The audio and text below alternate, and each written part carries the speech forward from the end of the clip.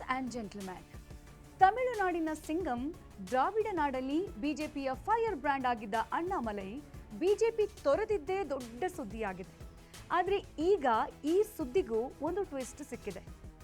Annamalai BJP ತೊರೆದಿದ್ದು ಅವರ ವೈಯಕ್ತಿಕ ನಿರ್ಧಾರನ ಅಥವಾ ಇದರ ಹಿಂದೆ ಬಿಜೆಪಿಯ ಮಹಾ ಜೋಡೆತ್ತುಗಳ ಚಾಣಾಕ್ಷ ನಡೆ ಏನಾದರೂ ಇದೆಯಾ ಅನ್ನೋ ಚರ್ಚೆ ಪ್ರಾರಂಭವಾಗಿದೆ.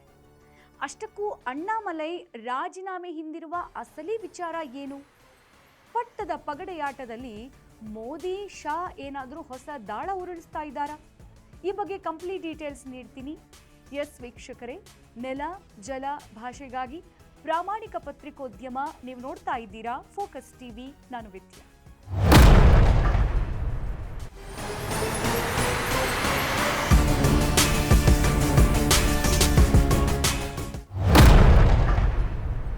ಎಸ್ ವೀಕ್ಷಕರೇ, ರಾಜಕೀಯದಲ್ಲಿ ಕೆಲವೊಂದು ಸಲ ಕನ್ವಿನಿಯೆಂಟ್ ಅಡ್ವರ್ಸರೀಸ್ ಇರ್ತಾರೆ. ಇವರೊಂಥರ ಮೇಲಿನವರು ಆಡಿಸಿದ ಹಾಗೆ ಆಡುವಂತಹ ಬೊಂಬೆಗಳಿದ್ದ ಹಾಗೆ. ಅಂದರೆ ಪರಿಸ್ಥಿತಿಗೆ ತಕ್ಕ ಹಾಗೆ ಅಥವಾ ತಮ್ಮ ಸ್ವಂತ ಲಾಭಕ್ಕಾಗಿ ಸೃಷ್ಟಿಸಿಕೊಂಡಂತಹ ಅನುಕೂಲಕರ ಶತ್ರುಗಳು ಇವರು.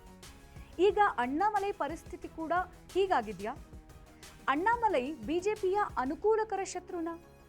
ಪ್ರಧಾನಿ ಮೋದಿ ಹಾಗೂ ಬಿಜೆಪಿಯ ಚಾಣಾಕ್ಷ ಅಮಿತ್ ಶಾ ಹೆಣೆದ ಬಲಿಯಲ್ಲಿ ಬಿದ್ದು ಬಸವಳೆದಿದ್ದಾರಾ?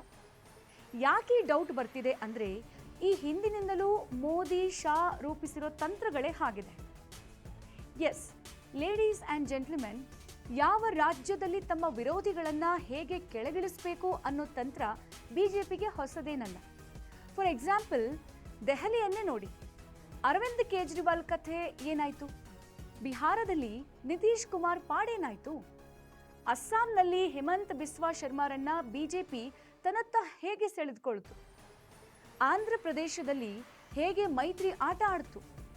ಪಶ್ಚಿಮ ಬಂಗಾಳದಲ್ಲಿ ಸುವೆಂದು ಅಧಿಕಾರಿ ಹೇಗೆ ಬಿಜೆಪಿಯತ್ತ ಆಕರ್ಷಿತರಾದ್ರು? ಹೀಗೆ ನೋಡ್ತಾ ಹೋದ್ರೆ ಬಿಜೆಪಿಯ ತಂತ್ರಗಾರಿಕೆ ಬಗ್ಗೆ ಹೇಳೋದಕ್ಕೆ ಪದಗಳೇ ಸಾಲಲ್ಲ. ಇಷ್ಟೆಲ್ಲ ಸ್ಟ್ರಾಟಜಿ ಯೂಸ್ ಮಾಡಿರೋ ಬಿಜೆಪಿಗೆ ತಮಿಳುನಾಡು ಮಾತ್ರ ತಲೆನೋವಾಗಿ ಪರಿಣಮಿಸಿದೆ. ಮೈತ್ರಿ ಮಾಡಿಕೊಂಡ್ರೂ ಯಾವುದೇ ಪ್ರಯೋಜನ ಇಲ್ಲದಂತಾಗಿದೆ.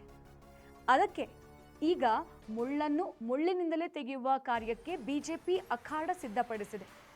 ಈ ಅಖಾಡದಲ್ಲಿರೋ ಚತುರ ಆಟಗಾರನೇ ಅಣ್ಣಾಮಲೈ.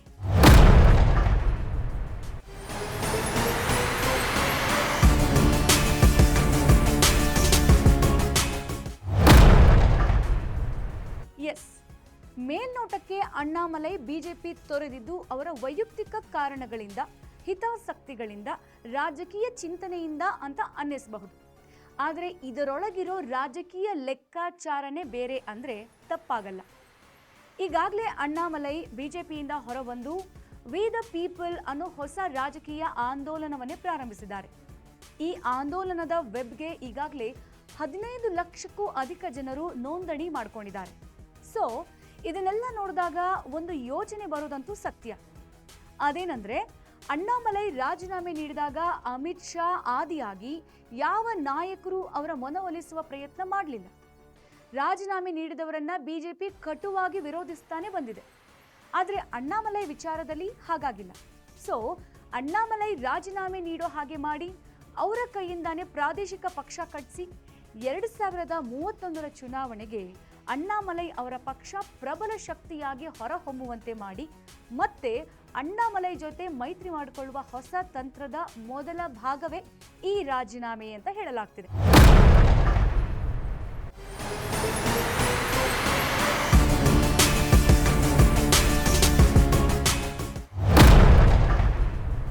ಒಟ್ನಲ್ಲಿ ತಮಿಳುನಾಡಿನಲ್ಲಿ ಮುಂದೇನಾಗುತ್ತೋ ಅನ್ನೋದನ್ನ ಕಾದು ನೋಡಬೇಕಾಗಿದೆ. ಇದು ಈ ಕ್ಷಣದ ಪೊಲಿಟಿಕಲ್ ಅಪ್ಡೇಟ್. ನೆಲ ಜಲ ಭಾಷೆಗಾಗಿ ನೋಡ್ತಾ ಇರಿ ಫೋಕಸ್ ಟಿವಿ.